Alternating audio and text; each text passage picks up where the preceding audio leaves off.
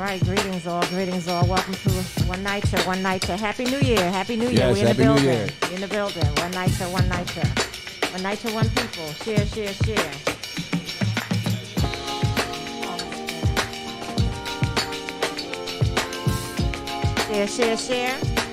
Check in. Let us know where you are at. Development.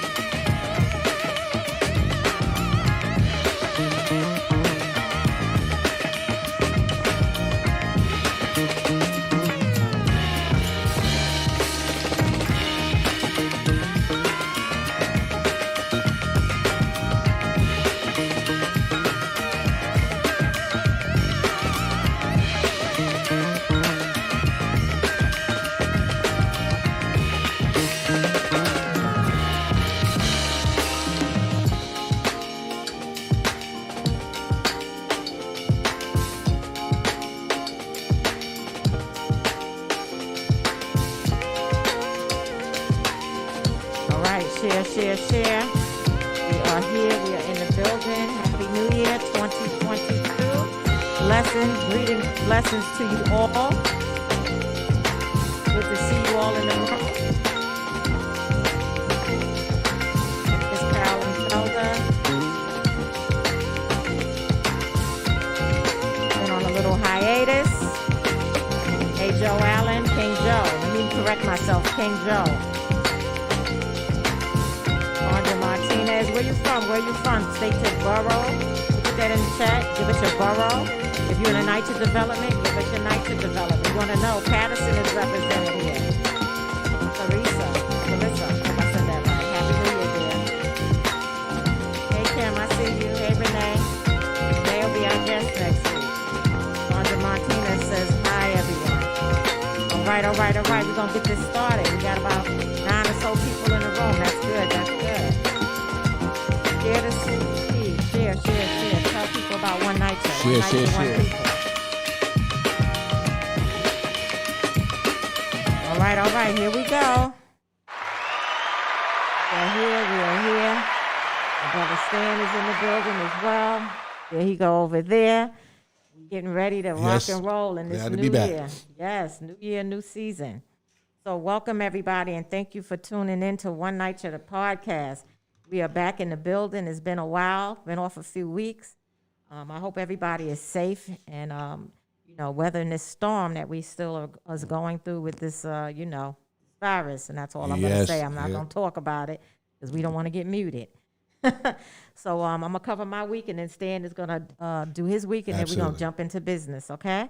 So once again, as I always say, we do our week, but we've been off for a few weeks. But my week has been busy and blessed, or my weeks has been busy and blessed, and I always give praises to my Lord and Savior, rather privately or publicly. So I want to thank him.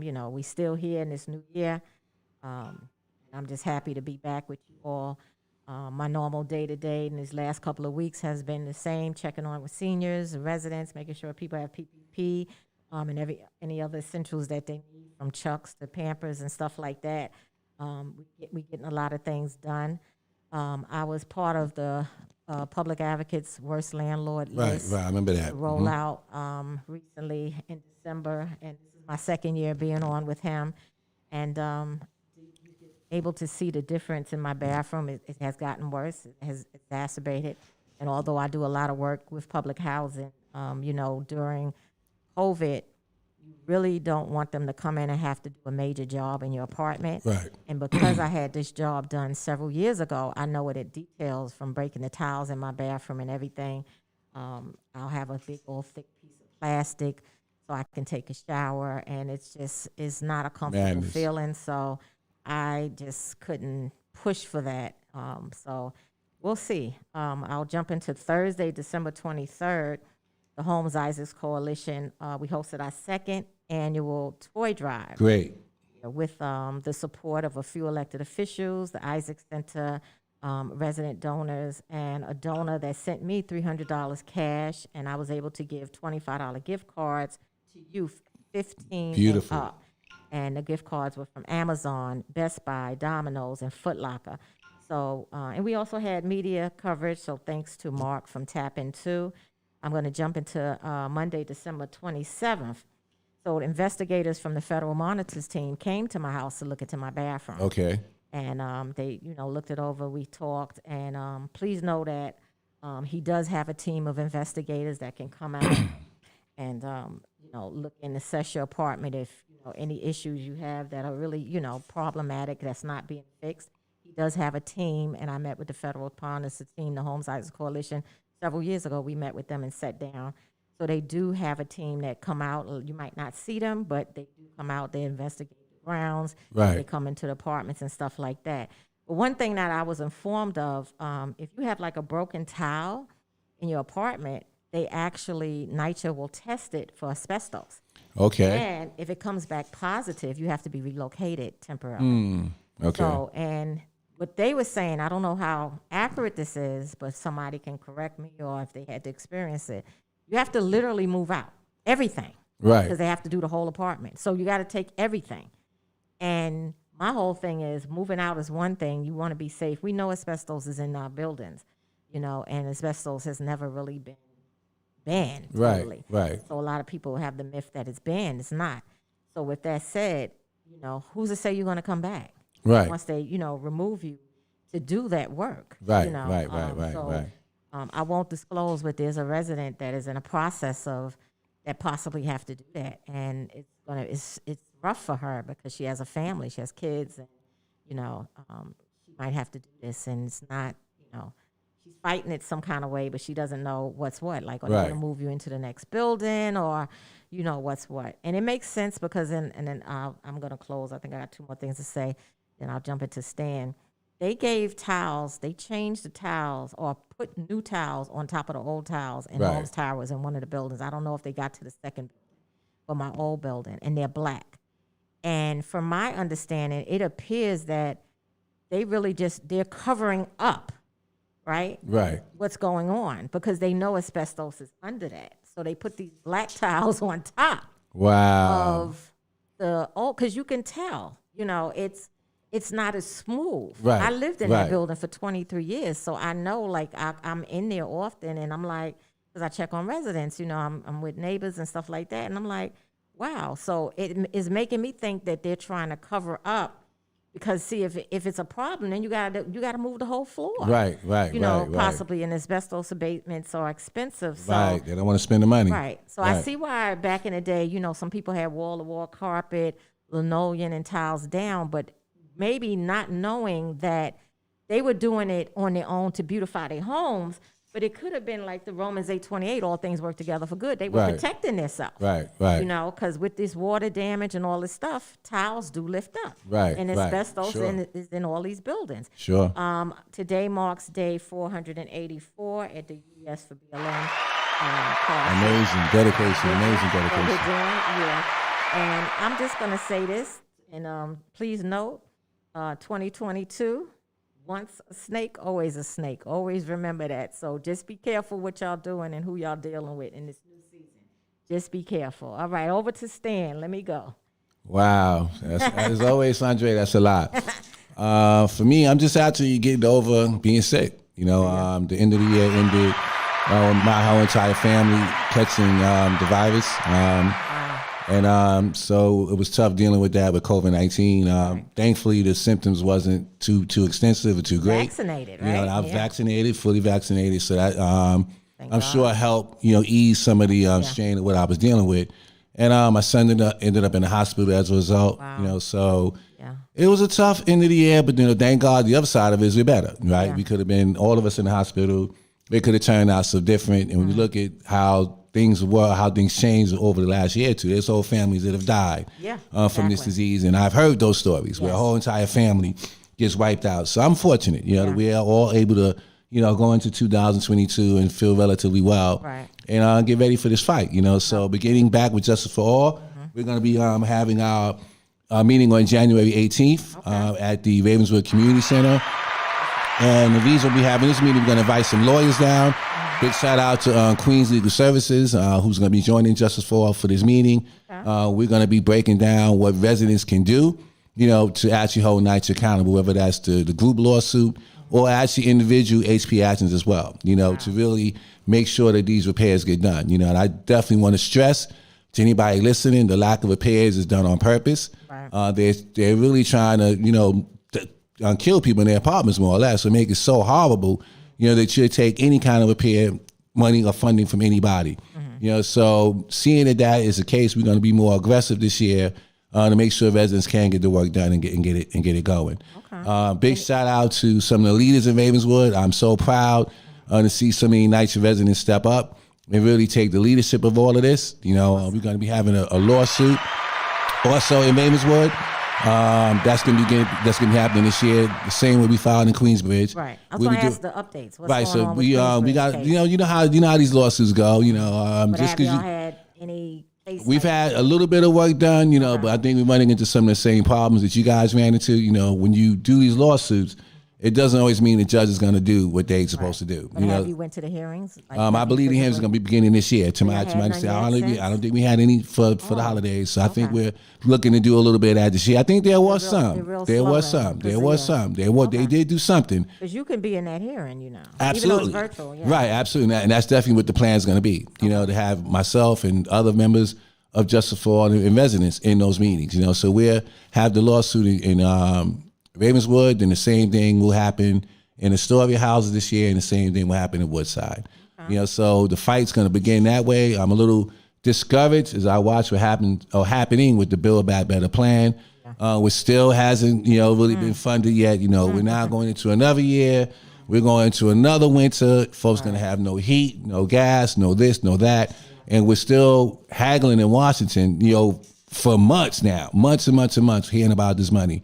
I think Chuck Schumer came on the show. I don't know how long ago that was. That was a long time ago that he came on here and promised the $80 billion. So now we're going into a whole nother year with no definitive answers. You know, somebody like Manchin could just sit there, you know, and hold up everything, because there is really no public housing in his state. It's not like NYCHA, you know. So for these folks, it's not that big of an issue. It's not a problem. So they probably sitting there saying, why are we giving all this money, you know, tonight, so when this is not an issue in my particular jurisdiction, where I'm representing. So it's a national issue. Whether you live in public housing, whether you live in NYCHA, whether you live in a state where there isn't much public housing, it really should matter. You know, you should be concerned about the quality of life of people. You know, so I'm just disgusted by what I see in Washington. It just continues on and on and on and on. Yeah. And to think, like, we're literally in 2022 and we're still fighting for the rights to vote. Absolutely. Can you imagine that, Absolutely. people? We're fighting for the rights to vote Absolutely. in several states because they're trying to steal your right to vote, and Absolutely. especially for people of color and poor white people. Absolutely. They don't get it. They don't get what they're doing to them. Right. Because what they're doing if you're doing it to one, you're doing it to all. Absolutely. And, you know, we passed voting rights been how many decades ago? So everybody, you know, it was a time when women couldn't vote, right? And even when a black man could vote, he had to have property back in the day. Right. So we have evolved, and to think in 2022, 2021, we are fighting for the right to vote still? It's insane. We're going backwards. Yeah, exactly. I put that on social media. We are actually going backwards. So I'm going to ask you, I'm going to jump to you. What's your take on our new mayor? Well, you know, I've been watching some of Eric's moves. You know, first of all, I did read where he did officially come out and say that he would be supportive of that in the blueprint, you know, based on quote unquote what the residents say. You know, so that's always the catchphrase that elected officials use. It all depends on what the residents want, but he came out and said that he's open to it. He's open to it. Yeah. So for all of you folks who live in NYCHA, politics is not about color or none of that. You got to vote for the person who's going to do the right thing by you, whether they have the same skin color or whatever the case may be. The same. Skin folk, all skin folk, ain't kin folk. So when it comes to public housing, he's not a friend of the fight that we're fighting for.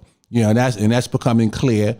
He's definitely cozying up, to the business folks, making that very clear. Real estate man. Yeah, so you got to follow the money. Where'd the money come from?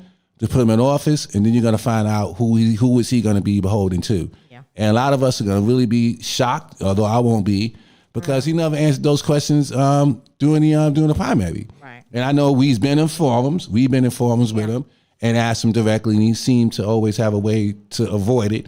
Yeah. But however, it seems that now he's out in the open with it. So he's not going to be an adversary for those who are fighting to save public housing, for those who are fighting to fully fund public housing, and for those who are against any form of privatization, be it RAD or Blueprint, then this current mayor is not going to be our friend. Yeah. What are your thoughts? How do you assess it? Man, listen, I'm dragging him on Twitter a bit, honestly, because I just it's just a lot. He made a comment. He said something about the low skilled. Right. You see that? Low-skilled workers, right? Basically, how they can't sit at an office and a desk. I mean, that's what he said. He said, well, it's a recording, and he's speaking about low-skilled workers, and basically, he mentioned, I believe, Dunkin' Donuts and a few other places and cooks. I mean, like, how dare you? And right. Then he tries to clean it up maybe 24 hours or less than 24 hours later, saying how he was a cook or something once. Man, you got to have a filter. Like, this guy can say what he wants to say. So I mean, I know he comes from law enforcement. I know he was a cop. I'm a former member of service myself. I served 24 years. I was a civilian now. Retired as a civilian supervisor. But I understand his thinking, and it's scary, because he knows he's powerful. For him to go to see the president before he was even elected mayor. Right. What does that say? Right. Well, right. That's the cockiness of him, but he has no filtration system. He fired the internal jails cop from the union pressure, because basically she was getting on the people and right. doing what she needed to do, and he fired her, which is crazy. He's bringing his brother into his administration. Right. I don't want to quote things offhand, but you can look into that. I think nepotism. That's being looked into to right. see if he can do that or not. But that's a problem. Why are you going to hire I think he want to make his brother the deputy mayor. Wow. The deputy mayor. The deputy mayor. That sounds incredible. That sounds insane. Correct me if I'm wrong in the chat, if you're aware. I think the title is deputy mayor. He wants to make him. And he's also want to bring in Banks, which was a former chief of NYPD. I saw that. And that's, he was under investigation and so forth. So I don't want to talk into that, but I think he breezed through that, and I know him through social media and stuff. So, I'm not throwing anything on nobody, but he's making some moves that are not to, people are side-eyeing him. Right. But who's advising him? That's my question. Who's advising this mayor? Nobody can advise. You can't advise somebody that is a narcissist. Mm-hmm. You can't. Powerful words. Yeah. Well, you can't. Just speak on it, though. Speak. Right. You cannot advise them, because they are not going to hear it.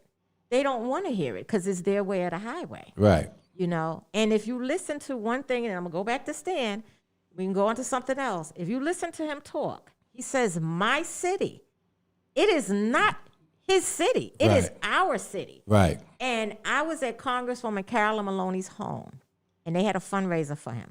And I was invited. I didn't have to give up no money, but I was invited to come. And, I brought up the NYCHA thing. And some of my community board members, I say because my community, we on the same community board. But he's saying my city.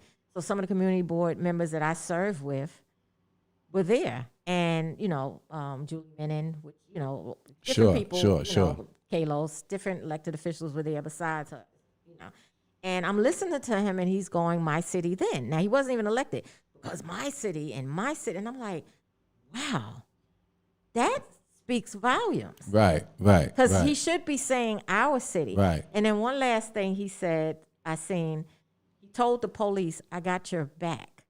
And you took an oath. No, not an oath. He said, I got your back because is a covenant, something about a covenant. And my thing is, you should have said, I got your back, but remember you took an oath. Right. So I got your back, but until you violate that oath, then, because let's get clear, it's not easy to get rid of an officer no matter what they do. Absolutely right. You know, the union is powerful, and then they have rights.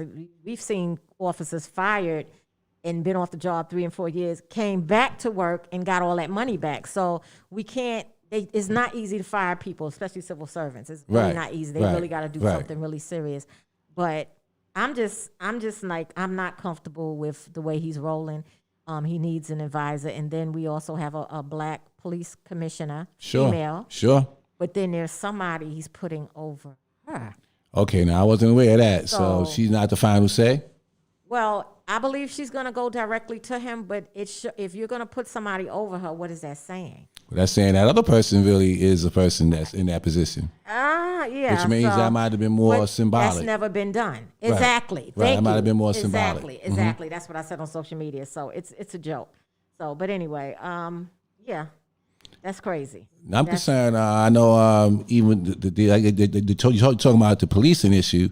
That's a concern. Yeah. You know, in all reality, it seems, I guess there's always a delicate balance between public safety and also these cops doing the right thing. Right. You know, and we can't sit here and say in New York City now that all the cops are always doing all the right things. We know that's really not true. No. So I'm really hopeful that he really provides enough oversight, on the police. I'm concerned that we go back to some of the stop and frisk things and, the broken windows policy, which has never been good for our community. Our communities have been broken before that policy, continued to be broken after the policy was sort of moved away from, and it hasn't really had any real impact on crime.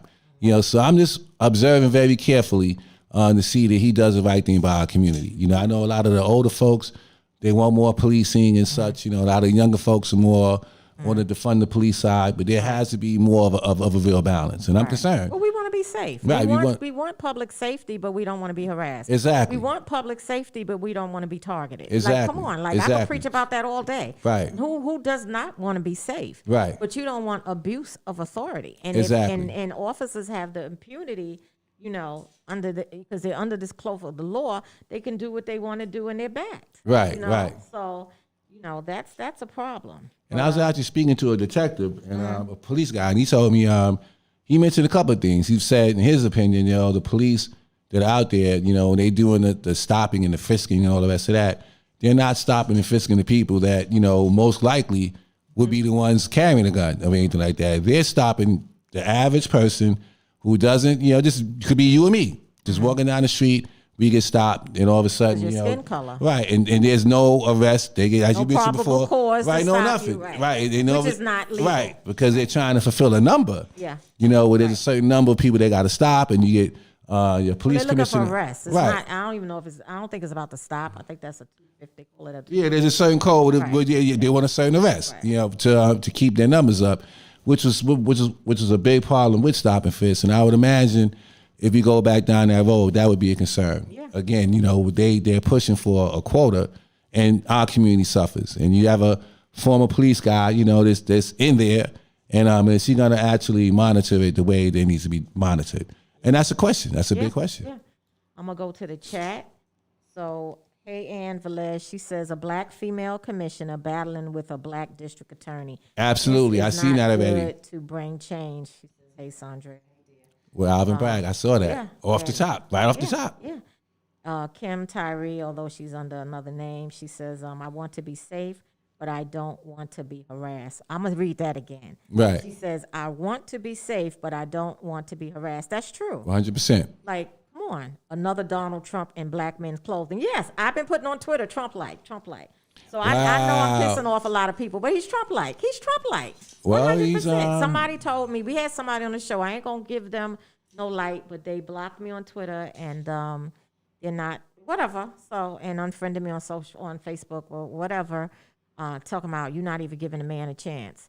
Like, what you mean I'm not giving? You hear what this man is saying? Like, I have the gift of discernment. I'm in ministry, so I already feel and know things before it's happening. And I told my cohort that I deal with in the Resident Leadership Academy, my colleagues in that, I said to them, I said, he has 30 days with me. I'm doing a 30-day, not a 100-day, 30 days. Right. He done disappointed me already several times.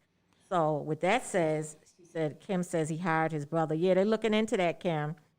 Yeah. So that's incredible. I mean, on his face. I mean, first you gotta go with the issue of whether or not, honestly, whether he lives in whether he lived in. I mean, I gotta say, I'm from Bed-Stuy. I grew up, and I'm from Bed-Stuy, and I know a lot of people in Bed-Stuy. You know, you don't live there, and we all. I asked them all, have you ever seen him go into a corner store? Did you see him go into the supermarket? Did you see him go? Did any of that? And I don't know anyone from Bed-Stuy that said I saw him. Is it a home he owns out there? I think he may own a home. Okay. Is that an investment property? You know, whatever. It could be a lot of different things, you know, but his presence has not been there, you know, so. Because he don't live there. You know what I mean? So, you know, I'm from Bed-Stuy, so I don't know. It doesn't seem that way. And I know it's tough because, you know, again, in the black community, I remember when David Dinkins was mayor. And I was with Dr. Falani at the time, and we were independents. Right. And we were critical, you know, of some of the moves that Dinkins was making. And, you know, it was tough in the black community because having a black mayor, you know, there's the pressure, you know, the black folks to support, especially when an historical situation like Dinkins was, you know, being the first, you know. So it's tough, but, you know, but we got to be critical. You know, we can't sit here and just support, you know, simply because blindly support. You know, we got to watch the policies and how does it affect us. And if it's not for us, it ain't for us, no matter who's doing it. Yeah, I want to speak to that too, because I think a lot of people. Let me change my word. I believe a lot of people felt with Obama, you know, especially people of color or black people. You know, we expected so much. No, I didn't. He was a president for everybody. So even when you have a black mayor of the city, in any city, they're the mayor for everybody. Right. So, you know, and they have a job to do. But I want to just tell people, don't be afraid to speak truth to power. You know, they work for you. Right. They work for us. Right. And I think that's what people have twisted. You know, they feel you can't.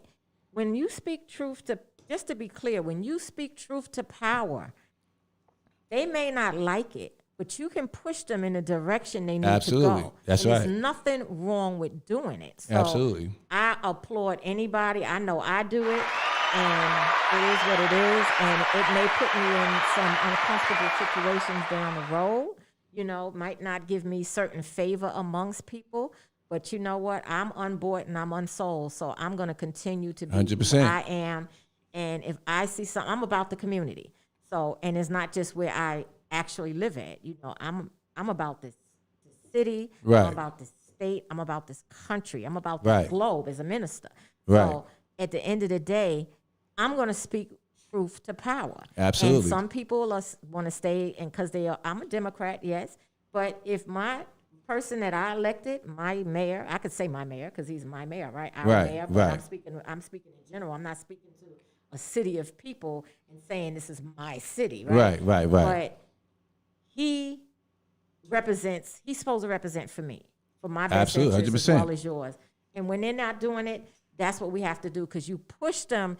You either push them to do the right thing, and if not, you vote them the hell out. Well, that's 100% correct. Vote them the hell that's out. right. That's right. You know, and I feel, you know, I felt that, you know, going back to how we felt during the Dinkins days, you know, even talking about Obama, you know, we must not forget that the RAD program came from Obama. Right. You know, exactly. so this whole fight that we're all watching this podcast to fight, you know, all started, you know, from our former African American president. You know, so you got to call it what it is. You know, you got to say what it is, and so people could be informed and know what the fight's really about. And this is a big fight. You know, if we don't win now, you know, you got to figure we have a Democratic situation with a president. We have a majority in Congress. You know, that may flip in 2 years. That may totally be different. Right. Which means that if this bill doesn't pass now, and the money doesn't come now, you know, then have we lost the opportunity for that money to ever come? Right. And if it don't ever come, now what are the other options, which means NYCHA residents, we're going to have to really turn it up a notch, because if we don't get this money, then we got to really hit the streets, and let the nation know, let the city government, federal, everybody know that we're not going to take this. Yeah. We're not going to take this sitting down. Yeah. Well, let's be realistic. It takes the city, state, and the federal government to fund us, right? Right. Fund public housing. I live in public housing. As many know, I live in Isaac Houses, formerly Holmes Towers. Shout out to where I grew up at, born and raised in McKinney Houses. And you from what development you grew up in? I grew up in Lafayette Gardens and Bed-Stuy, one of the first families in there. So I'm 25 years in with NYCHA, living in NYCHA. We remember the difference growing up in public housing. But to be honest, and that money, even if they approve that bill tomorrow, right, or next week, if we're not getting the full amount of funding immediately, we're going to be in the same boat. Absolutely. So that's one of the problems. Like, it's about getting the money, but then it's about getting all of the money we need. Right. Because if they do it over 10 years, because see, that's piecing it off. Right. And that's not going to help us because Absolutely our not. apartments, our buildings are literally like crumbling inside. The infrastructure is just horrific. Right. And we're living in like tenement conditions now. Right, right. As some people remember the walk-ups back in the 60s. We say knock down to build public housing. Right. Mm-hmm. Exactly. The first houses, right? Right. Yeah. Yep. So, if we understand our history, it's like history has repeated itself. Right. NYCHA was a new thing. Like the Mitchell-Lamas, from NYCHA to a Mitchell-Lama is a new thing. Now the Mitchell-Lamas are going into decay. Right. Right. Right. So we're in a bad state. So we're like the tenements. Mitchell-Lamas is like the NYCHA now. Right. They can say they not. Right. But when I did payroll, they used the same. When I had to do the income affidavit for one of the workers, one of the employees, because I was a supervisor, they used the same. I had to use the same formula as I use for everybody else to calculate their income because of the subsidies they get. But it's really scary, and I'll call it out and say it again. NYCHA is the new Flint, and if people don't think so, it is. Absolutely. From the lead poisoning, that kids are suffering with, and let alone we're testing the kids, but we're not testing the parents. Right. Why are we not testing the parents? That woman and man that's suffering with headaches for so long, get your behind tested. NYCHA is literally slowly killing us. Absolutely. And it's criminal. It's criminal. sad. Yep. It's sad. It's a few people in my building that have had cancer. I don't know if it's from that or, living there or not. I don't know. One did smoke. One, I don't know. Another lady just got tested, but praise God, I checked on her last week. Right. She's good. Because I was like, wait a minute, what is going on here? Right, Can you imagine the rest of the residents that you don't know? Right. And then NYCHA has this policy now about the no smoking, and they added the marijuana in it. I think I might have mentioned it that's first I heard of that. Okay. So they added how are they going to monitor that? They added the marijuana in it, and this is another way to try to get people out. Exactly, right. Try to get people out. So I was at my resident council meeting that I attended before the break. For the holiday, came in and left. It was in December, and they were there. They were talking about it, and they were like, "Oh, it was some people from NYCHA. One lady lived in NYCHA and one didn't. Right. They were workers. So I call people like that to help because when they doing that kind of work, they're literally to help. And they were saying how strict it's going to be. So I asked, well, what about people that smoke marijuana for medicinal purposes? Right. They told me. I don't know. Somebody could correct me or help me because I was told it does have a smell. They said it doesn't have a smell. Medical marijuana doesn't have a smell. I don't use it, but I find it to be difficult to believe. They also mentioned the asthma rates. They was talking about something in the Bronx. The asthma rates in the Bronx is not just from smoking. It's from the environment, everything, right? Exactly. And NYCHA, right. But I said if y'all are that strict about the smoking in our apartments, I'm not a smoker, but if y'all are that strict about it, why the hell are y'all not that strict about fixing up our apartments? Right. Because that's what's killing us. Right. It's not just the smoke. Right. I need NYCHA to be just as vigorous as they are, and see they're not, because nobody wants to be accountable. Right. They want us to be accountable, but they don't want to be accountable to us. Absolutely correct. I've been asking for months, and I'm going to switch back to you, for signs in our building about the mask. wear masks in common areas. The common areas is the lobby, the elevators, and stuff like that. Right. Stairwell and all that. Wear masks because to keep us safe. I asked for that through the compliance unit. Right. Through our attorneys, because we did sue them on December 13th of 2019. Our case is still going. We actually have a case. We go to a hearing this week. But I asked about that. There's all these signs, and I'm pretty sure other people live in NYCHA has it too, that are fixed with a screwdriver and all that, like, nailed in. Right, I've seen them. Sure. Permanent, like really nice type signs that are affixed to the wall. There's nothing about wear masks. They don't give a damn about us. In my zip code, I might have shared it before. My zip code where I live at, but I can say that, where I live at, 10128, the 5 buildings. It's 2 developments, Holmes Towers and Isaac Houses. We had the most COVID cases out of the zip code. Wow. And that's what the hell does that tell you? That's no accident. That's no coincidence. What does that tell you? Right. We're being hit the hardest. Yeah. People in NYCHA are the most vulnerable are being hit the hardest. All the deliveries that are coming in. Yep. Or just everything from deliveries to visitors and then it's not that we're nasty. It's the people are throwing masks in the elevators, in the hallways. I mean, it's just crazy. Right. But yeah, I asked for signage. We didn't get that yet. Right. I asked for permanent signage in all the NYCHA developments about masks.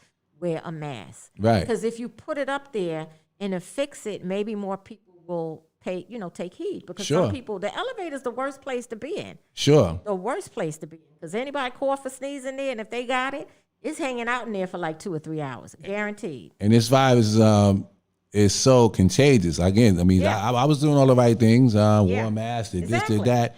And vaccinated and still caught it. So can you imagine how folks in NYCHA in poor conditions are living so close to each other in unsanitary conditions that they are? Do you know what's going to spread? Yeah. And I know we championed Cuomo when he was governor. I remember folks were like, well, he's going to become the next president. Look how that turned out. He did a horrible job. He got fired, but he was never doing a good job in the first place. When he was in there and holding those press conferences every morning, we were out in NYCHA, knocking on doors and not seeing the PPE and not seeing the masks and not seeing anything, and watching people die while he's on Channel 11 and Channel 1, sitting there with his national aspirations, not doing a good job. And then the nursing home issue came out, and we got to see what happened with that. And it's always us to suffer. We're the ones that are going to be suffering during this wave now. And it's insane to think that we're in a pandemic which is still raging, and we're trying to survive in our houses. How are you going to have a pandemic and people don't have no hot water? I'm getting these calls now. Exactly. How are you going to be in a pandemic and you can't even cook food? How are you going to be in a pandemic you can't wash? Right. There's no sink. I mean, it's stuff that's happening. This really insidious. Yeah. And folks should be going to jail because it's criminal. Exactly. I mean, we had Roxanne and them on last week. No gas, 2 weeks ago, a couple of weeks, right? No heat, no gas. No hot water, her daughter Natalie. I mean, this is just insanity. So you really asking people a little to die in their apartments, and Hochul, and Adams, y'all gonna be judged by this. We're gonna be watching closely to see exactly how you handle this situation. The rent moratorium is gonna end soon.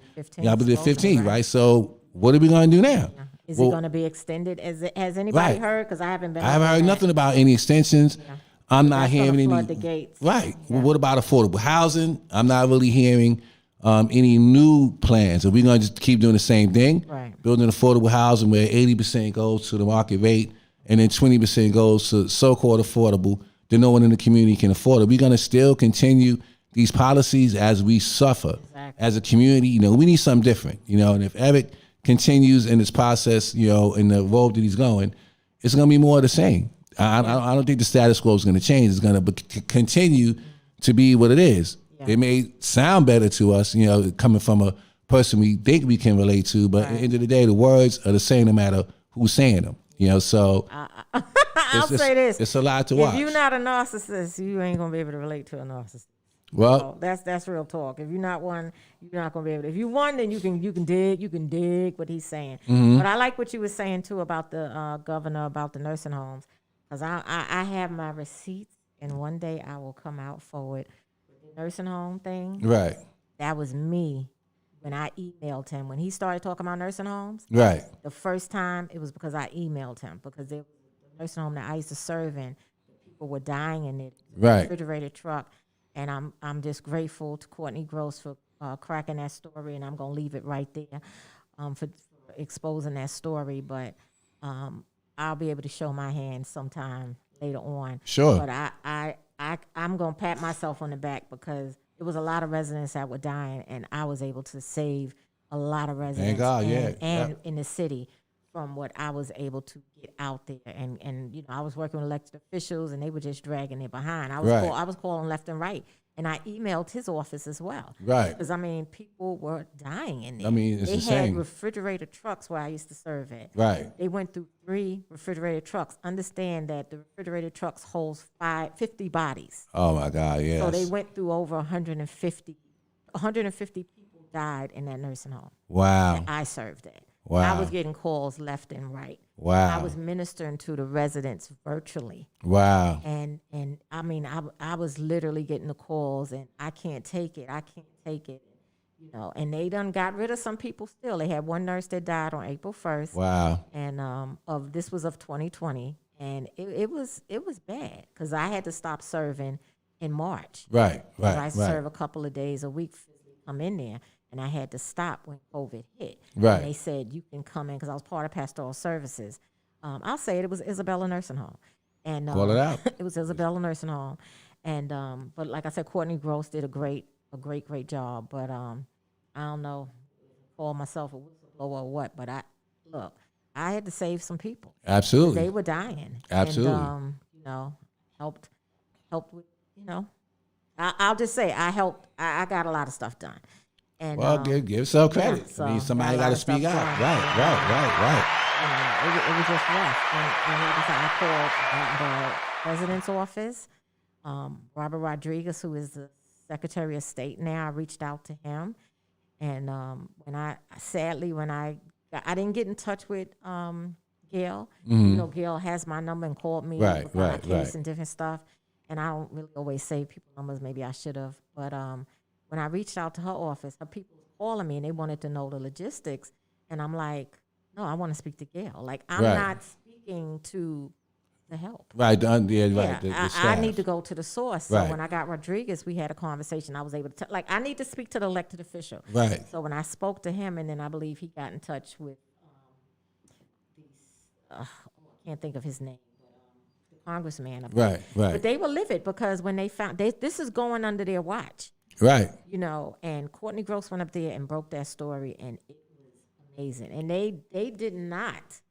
The count was so under. Right. The count was so under. Right. And all I'm going to say is, what the number she said was not the actual number. Right. And she just couldn't, because of the fact that I had everything. Right. I had everything. Right, So, right. I done told on myself, but I had to blow the whistle. Well, it was good. I mean, you're saving lives, and this guy's in there getting all this credit. But it also brought the attention to the other nursing homes. Right. And then when you think about the actual prison system, from the jails to the prison, because I call the nursing homes, the shelters, and the prisons or jails, those are incubator facilities. Those are places that people are stuck at. They can't really go anywhere. Right. The shelters are probably the only ones that have a little more leeway. They can go in and out if they can. Right. But those are incubator facilities, and those were the most places that I was so afraid of. Right. With people in there. And I was on Twitter, and just, you use whatever platform you can use to get things done and just to advocate. But you gotta just make noise, and look at what happened in Rikers, all those deaths, in the prisons, and our current governor now, instead of her letting people, giving what is the word called, letting them out, like a furlough or something, get pardoning right, stuff like that. Mm-hmm. Like, you have to do that. Like, some people you have to let out early, right? Because they cannot. They need to be really isolated. Right. And they're not bringing it in. It's the guards that are bringing it in. Right. They're going home and coming back. Sure. So, and that's scary, Our MTA system a lot of people are sick again. Right, right. I mean, this thing ain't no joke. That's why I'm being responsible today for myself and my family, as well as my comrade across from me today. I'm in my mask. I'm vaccinated and boosted as well, but I want to be safe and I want to keep everybody else safe. So I'm being responsible today. So. Well, I'll be definitely going to get. I'm going to get my booster this week. I'm definitely going to be back out in the field, knocking on doors, and it's community organizing. The work don't stop. It never stops, regardless of pandemics or whatever. We're definitely essential workers to an extent. As we got to serve our community. So I'll be back out there. But I'm just hopeful that 2022 will be a better year than 2021 was. This is a tough year. I know a lot of people lost a lot of family, lost a lot of friends. People lost their jobs. I know people who had to quit their job now because they didn't want to get vaccinated, mandated. So now their lives are being uprooted financially. Teachers are retiring early. It's a mess. The school system is a mess. My daughter has not learned anything in 2 years, and I know for a fact the virtual learning is terrible. The Zoom, they're not learning nothing through Zoom. They're not learning when they go there. Right. It's just, I don't know where we're going. What's your take? Like, what do you feel on that? Now, I just want to say thank you, Kim. She said clemency. That was the word I was looking for. Okay. I couldn't come in my brain. But yeah, what is your thoughts? Like, the camera's still on you. What is your thoughts of the schools? Because, the kids are just going, they're getting sick. My grandbaby caught COVID. Right. My granddaughter, my oldest granddaughter, she's 10. Shout out to my baby Shayla. And you know what she said to me, and it really made me choke up, and I'm glad the camera not on me. She said, Grandma Sandy, I think I gave COVID to mommy. Wow. Now, her mother's in this board. She works for Board of Ed too, but Shayla goes to a charter school, and Shayla's in school. And Shayla was fine. Her mother had the symptoms a little more. Right. And for her to say that to me, it just like, only place you could have got it was going to school. Right. Maybe traveling, but going to school. And it's possible your mother could have gave it to you too, but she said, Grandma Sandy, I think I gave COVID to my mom. And that just tore me up because it's like, wow, she felt that she made her mother sick. Right. And it's like, I get some parents want to get their kids out the house and all of that. And I get the parents with the IEPs and they feel their kids need the education and stuff like that. But there's also the aspect of not catching this virus. Right. Because some of them are not vaccinated. My granddaughter's not vaccinated. She's eligible. We got to get her vaccinated. But her mother is, thank God. Right. And my son is too. But can you imagine if they weren't? Right. He tested negative. I don't know how. But it's just like we should have had hybrid. The availability of hybrid. So that means some of the kids could have went in. Some could have opted for Zoom. Right. My granddaughter did well. I know some kids didn't, but she did well with remote learning. Right.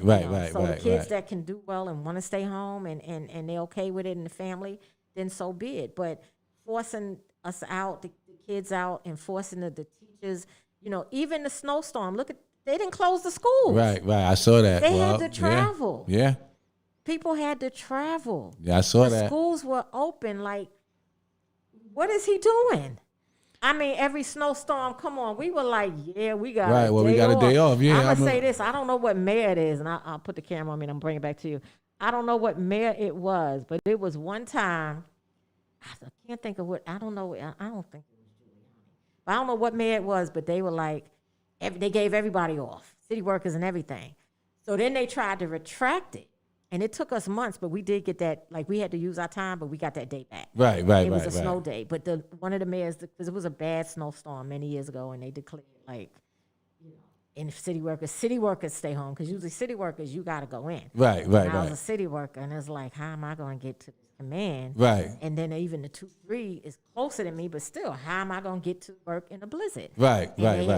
Said, all city workers, stay home or whatever, and then I guess he spoke too soon, and they tried to take it back, but it was on record, and we were able to win that through our union. So shout out to D37. We was able to get that day back. But yeah, so what's your thoughts on that? Like, what about hybrid? Wouldn't hybrid work?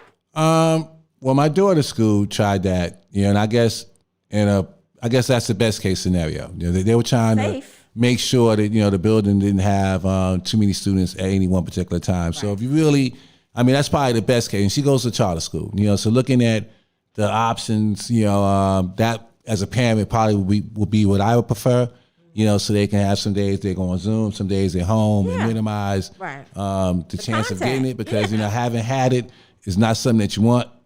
Thank God, again, my symptoms wasn't that bad, but still, right. But you had to cancel shows. It's not something you want to get. Right. You don't want to give it to nobody. So that would be my suggestion. And the other thing is, don't just pass these kids through. I'd rather have my daughter get left back. She probably, if she's watching, she probably hate me for saying it, but I want her to know something. Mm-hmm. So my only concern with some of these charter schools is that they just give you the credit. Right. Because they're a charter. So they got to stay in business, and they're not going to be they won't be able to stay open, at least in my understanding, if everybody is failing. So that's my only concern, is that they don't just push kids through, because then if she goes to college, what is she really going to know? And that's my concern. So I'd rather have her not go, or get left back. Instead of being left back, you can do some summer school. Or summer school, or really do it. Right, do something to make up those hours in that time. I don't think kids should be left back. And my granddaughter goes to charter school, and it's really a really good school. And each of the classes are named after colleges. So right. Time she was in Buffalo State, so they're prepping them. Yeah, my kids, right. But yeah, I believe that summer school or something like that, or maybe extended hours, whatever they need, maybe some weekend homework, or you know what I mean. They got, but just don't give them the credit. Yeah, right. But no, holding them back for something that. For this, you know what I'm saying? Like, even if they got to make it up and double it up in the next year or something, but I don't feel that they should be left back, because that's not their fault. Right. But if there's a test that they need to go forward, I remember those tests. Those tests were no joke. Well, then maybe that. I just want to make sure that kids are proficient. Right. How old is your daughter? My daughter is she's 16, about to be 17. So she's gonna kill you. Yeah, she's gonna kill me. She definitely gonna get him. She definitely gonna get me. But in her mind, she just wants to get the diploma and move on. I'm like, I need who you. Doesn't, right? We want to finish up. Right, but I need you to know something. I don't want you to be a airhead. So. Right. Having said all that, I just want to make sure these kids are really learning, retaining information that they may be able to utilize in the future for their careers and live a productive life. And my concern is they're not getting that. Also, mental health issues amongst children today is out of control. Kids are suffering. Now, again, I'm going back to my own kids, of not being able to get out and live their normal lives. They've been stripped away from their graduation, stripped away from so much over the last 2 years. Yeah. And you can see that it's taking its toll. Yeah. And I'll be on record to say, that I've looked into services for my own daughter. Right. And it's not enough out there. It really is shameful how little mental health services are available for these young kids who are going through this situation. I'm glad you're bringing it up, because it makes you wonder, like, you have social workers in school. Right? So what are they doing? They have the nurse, you bump your knee, you got a fever, you go to the nurse. But you have social workers in some schools too. Unless the budgets are that scarce now that they don't. But it's just crazy. Renee made a comment, which is true. I put that on social media too, on Twitter. It's all about the economy. Yeah, that's why they're not closing stuff. I agree on that. 100%. Right. Yeah, that's a no-brainer. Yeah, thanks for that. I put that out there. It's crazy though, because we're valuing our economy. And I put on I don't know what, I think it was my Twitter. I was like, we don't have no economy without. You can't have an economy without people. Right. So we're banking on making everything still roll, but if everybody's out sick. Because where I live at, I was waiting on the M86 to get me to the train station. And it took 30 minutes. That bus never takes. That's a crosstown bus. Right. It goes from east to west, on the 86th Street, across 86th Street. You never wait 30 minutes regular daytime. For that bus. Right. And I'm like, and it was an old lady, a senior, phrase that. There was a senior lady, senior citizen that I see every now and then, and she with a cane, and she was like, it's cold. She said, I've been out here because when I got out there, she's like, I've been out here. She was out there longer than me, so I waited 30 minutes. She waited much longer than that. Right. So she probably waited like 40 minutes, and we got on the bus together. But when I was like, I asked the driver, I was like, wow, what's going on? He said, everybody's calling out sick. Right. No. But it also takes I'm going to just say this. Everybody had to travel. Everybody had to travel and go see their family, and everybody coming back sick. We got these long lines to get tested. People are coming back. They got tested. And keep in mind, your negative test is only good from when you walk out the door. Right. Because you don't know. That's the same with like when, people are getting tested with HIV. They like, oh, I tested negative, da-da-da. Okay, that's from then. If you did something unsafe, you don't know what you got, So that's like with the testing. You only tested negative from that point. And then when you go where you go, you done travel and people are coming back freaking sick. Right. And it's holidays, like y'all just had to travel. Like, I understand you want to see your family, but is it worth the risk? Especially with the people that are not inoculated, They're not inoculated and you mixing in that or that asymptomatic person. I don't want to talk about this too much because I know they mute you and everything or they take your stuff down, especially on YouTube. But that's just crazy. Like some people shouldn't have just, it's selfish. I get you want to see your family, but why? Why take the risk? Well, I had to cancel myself. I mean, I was going to go see my cousin. Thank you for doing that. We was going to go have dinner and all the rest of that for Christmas. And I had to stay home. I didn't really go anywhere. But it's like, you know what? I mean, I got to make sure I'm safe, and I didn't want to get anyone else sick, or anything like that. So I'm just hoping, God, that we are able to get back to some sense of whatever normal is going to be. Right. I don't know what normal is going to be going forward for us, or we will ever come out of this situation that we're in, but, Lord knows, I know folks are tired, they're fatigued, with the whole COVID thing, then we had January 6th just popped off, and just the anniversary of that. And you look at where we are in the world. The terror, I mean, there's so much going on. And I saw another thing that said if Trump was to run today, that he'd be in a dead heat with Biden, which means I wouldn't be surprised. This gentleman is angry. They're gonna come back. He's gonna run again in a few years. And he can win if people don't vote. Right. And so we gotta, this is our time. I want to go back to, I guess, the Build Back Better plan and go back to politics and go back to all of those things. This is really our time. If we don't really take advantage, number one, hold Biden accountable. We put him in office. We need him to deliver. This Build Back Better plan has to happen. It needs to happen. For the country. For the entire country. Not just for NYCHA, for all the other things in the bill. I saw some parts of it. There's a lot of stuff in there about affordable housing. There's a lot of money in there for minority businesses. There's a lot of money in there for a whole lot of different things besides just the money for NYCHA.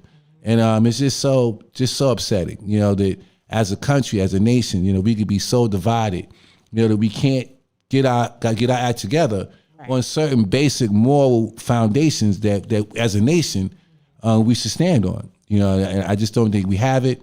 We're completely divided, and a house divided can't stand. And I really believe that our democracy is at risk. I believe this guy will come back and run.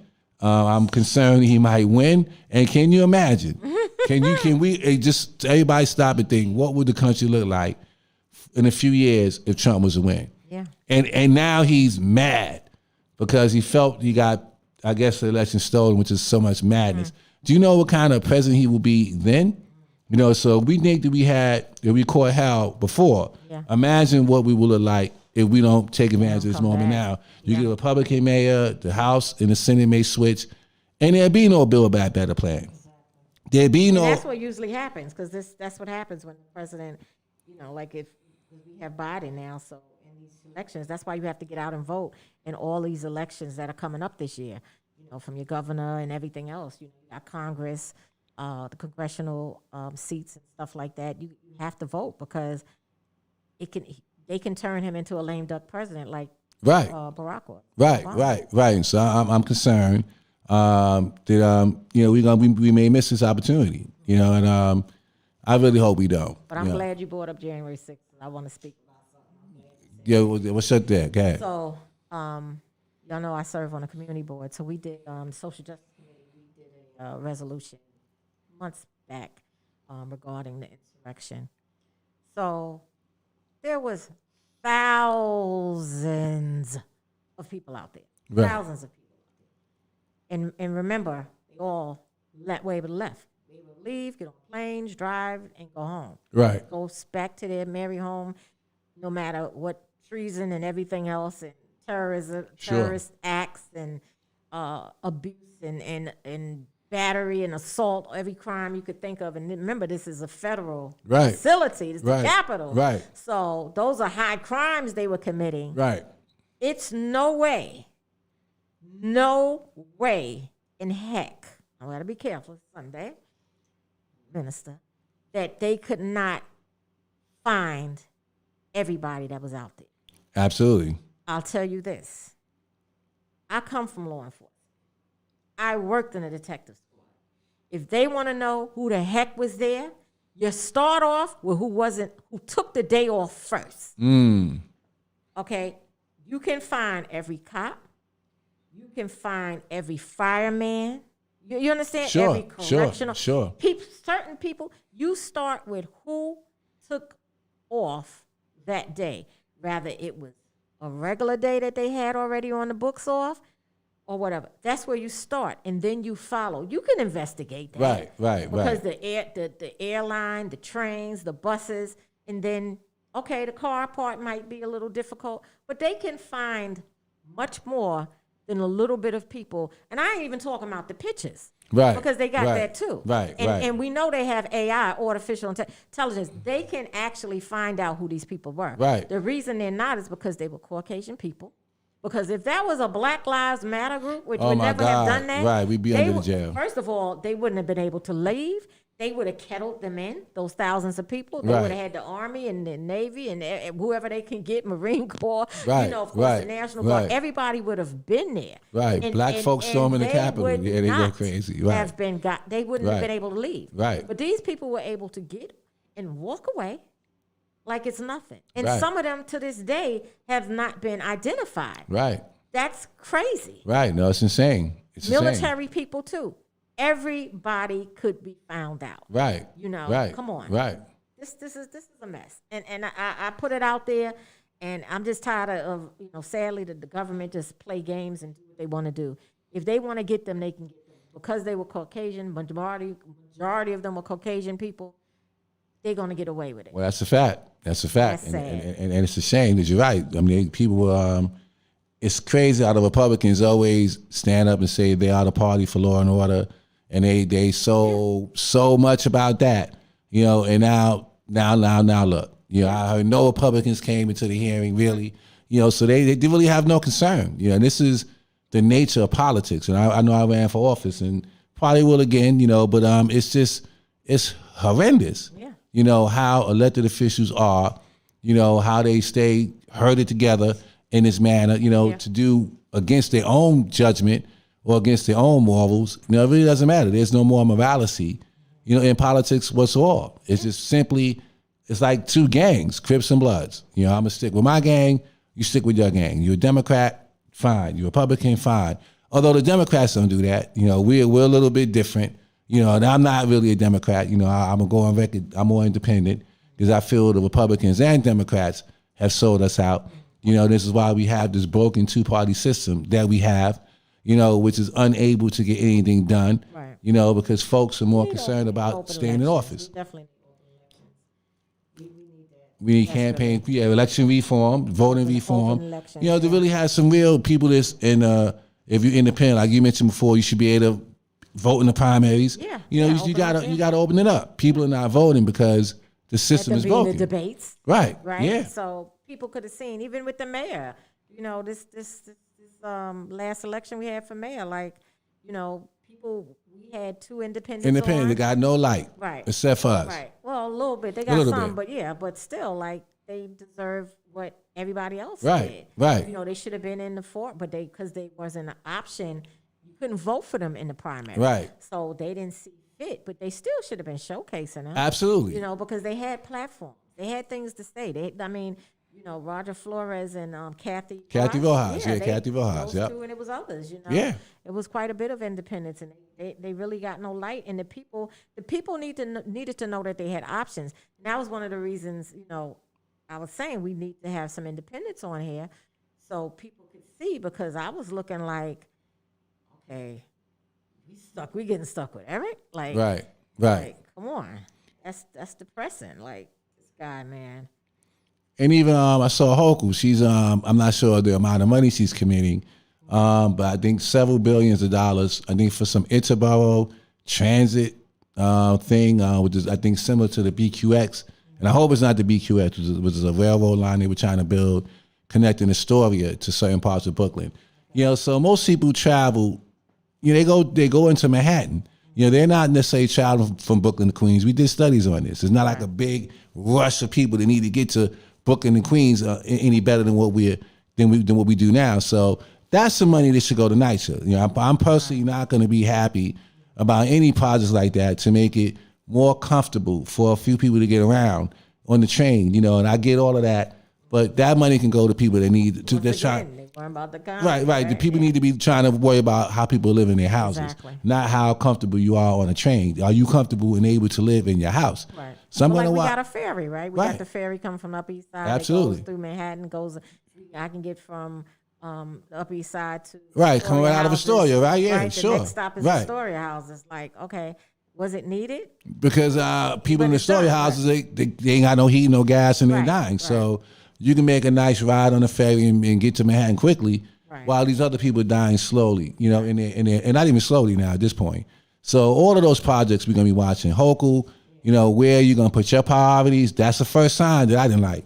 You know, I hear all that about public transportation and all the rest of that. Give that money to people in NYCHA who are trying to survive. You know, we need every penny we exactly. We need it all, and we need it immediately as a top priority. So, I want to shout out Maria because she won her election. She's yes, we supposed to be doing that. I'm not sure of development. I know she needs to some help. So we want to talk to her. So great for stepping out on faith. You got it, young lady. You got it. So congratulations, Alan Cox. Some seekers on. Alan, what's going on, my brother? So, I just want to recognize some of you all in here. So thank you for all your comments. Any closing remarks, Stan? We gonna jump on. Yeah, I just to all the organizations, Save Section 9, Justice for All, Homes Isaac, Occupy NYCHA, all of them. You know, this is a big year for all of us. You know, we have to Seeker, can't let Seeker, can't leave them out. Please don't leave Seeker out. Can't leave Seeker out. Dr. Flani, my mentor, and all. This is a fight. This is it. You know, we got to look at this year like it's the last quarter of a basketball game that we have to win. You know, so put your boots on. You know, be ready to call people out, whether it's a mayor, whether it's a governor, whether it's a public advocate, whether it's your elected official, whether who's running for governor. Who's running for exactly. You know, they're in one position and moving on to the next one. He had COVID too. Right. Yeah. So be ready to fight. You know, because this is it. It's a fourth quarter. We have to win this fight. There is no other options. We have to have NYCHA fully funded this year. We need to defeat the blueprint once and for all this year. We need to defeat RAD this year and make sure all these plans go away and get NYCHA fully funded. No privatization whatsoever.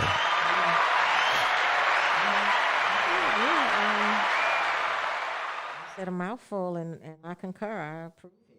Everything you said is so true. And next week we'll have Renee Simone on, so she'll be our guest. And also probably vocal, but we'll figure that out. And she's a NYCHA resident, and I'm not going to say anymore. Wait for the flyer when it comes out. But, so we're about to shut it down. But, Stan said a lot. I said a lot. I hope y'all got some nuggets today, something. And please feel free to talk to us in the chat. We will respond, and we appreciate you all. And Happy New Year again. Stay in this fight, and I would just like to say, when you get organizers, especially, I know people in position are very territorial. So, because I remember when Gabe had came around from Community Voices Heard to kind of help us get organized. Right. Against the infill proposal. Some presidents may not want that in their space, but there's nothing wrong with organizers coming around and door knocking, helping residents, because sometimes presidents don't get everything done. Some do, some don't. Some have cliques. Sure. So it's just different dynamics, in it. Some people don't know their resident council president, so I don't know who fault is that, but with that said, and even if the organizer come around and want to talk, have that conversation. If I think if people could work together, you could steer how they deal with the people. Because I understand the territorial thing, but still, sometimes you need help. And, you have some council presidents that I won't say in Queens. Well, I'm going to address that, but there's one in Queens that's, very up in age. So, and there's nothing wrong with that, but I don't know if she can rip and run and do what all she can do. Right. You know what I'm saying? I'm not taking away from her. I met her and she's a beautiful woman, but if there's someone that can come alongside you and help or help your residents, like I said, it's a territorial thing, to do something to stop RAD and all of that stuff, because there has been things and cases that, there's been like, no, I would say with Holmes, she's back, she won her election again. She marched with us and everything. When we was fighting. Right. And when we were organizing with Gabe. So she wasn't on that territorial thing. Right. So right. I shout her out on that. Because she understood what it was. Right. Because this thing came at Holmes Towers for infill. So she wasn't territorial. We did quite a bit of work together with Community Voices Heard, I'll say. But I get it, but you can't do everything. I can't do everything. You can't do everything. And sometimes it's okay to have a little help, but sometimes it's also a conversation. But, nobody owns the residents. Right. That's nobody exactly. owns the residents. Right. And there's residents that know how to advocate for themselves. There's ones that know how to do the emails and conversation. I'm not a resident council president, but I'm helping my community fully, both developments, because this is what I do and beyond. Right. I take calls, I email, I'm advising. And no, I don't know everything, and I don't have a problem picking up, asking somebody that knows something that I don't know. I'm not ashamed to do that. You know what I'm saying? I got some academia, but it's some things I don't know, and that's okay. But then there's things I know that they don't know as well, or how to do, because we all have our expertise. Okay, do you want to I want to jump in. And on that note, then I guess we'll sign off. But I don't want to call names, but you rose a good point. I know the resident council president in Ravenswood and I, have had our ups and downs for that same reason. And I just want to say, as an organizer, I'm not here to take a resident council president's job. If a NYCHA resident calls me and say they have no heat, or whatever the case may be, if they got my number from a flyer, or whatever the case may be, then I'm going to try to help them. And that's not saying the resident council president isn't helping them. That just means they happen to reach out to me. So a lot of resident council presidents do feel like that. Organizations such as Justice for All, or, any of the others that are out there are outsiders, and we're coming in and we're, really trying to, take over or do their jobs. This fight's so big. It's so immense. The resident council presidents, organizations, resident NYCHA leaders, private folks, every single hand is needed in this fight, and such. So it's no, like you said, we don't own a resident, we don't own a development. If people are suffering, and we all got to jump in and not put the territory out there, leave your ego by the door. This is not, we don't do this for fame and fortune. There is no fame and fortune. If you're an organizer, this is not no glamorous work. You're knocking on doors and doing all that kind of stuff. So it's really about helping the people, and not about anyone taking any more credit. So hopefully in the new year, organizations and resident council presidents and NYCHA leaders can find a better way that we all can work together, because we're not going to win if we don't. Like a plan. Somebody said 2024. Kim said 2024. He's coming back. She's talking about Trump. Yeah, Trump. Yeah, we got to watch it. Give me back. Yeah. All right, you all. So one NYCHA, one people. We about to lift off. Thank you for tuning in. We're on social media platforms. One NYCHA, so the number one NYCHA, of course, on Facebook. You all are on that. We also have our Twitter account, which is ONE NYCHA. Right. Follow us on Twitter. We're also on IG, ONE NYCHA, and our YouTube is One NYCHA, ONE NYCHA TV. That's on YouTube. So we have a YouTube channel, and this show will be uploaded a little later on that actual channel. And so one NYCHA, one people. About to lift off. Yep. 1 night to 1 people. Yep. All right. Enjoy the rest of your Sunday, everybody. Yes, yes. New year. Let's go.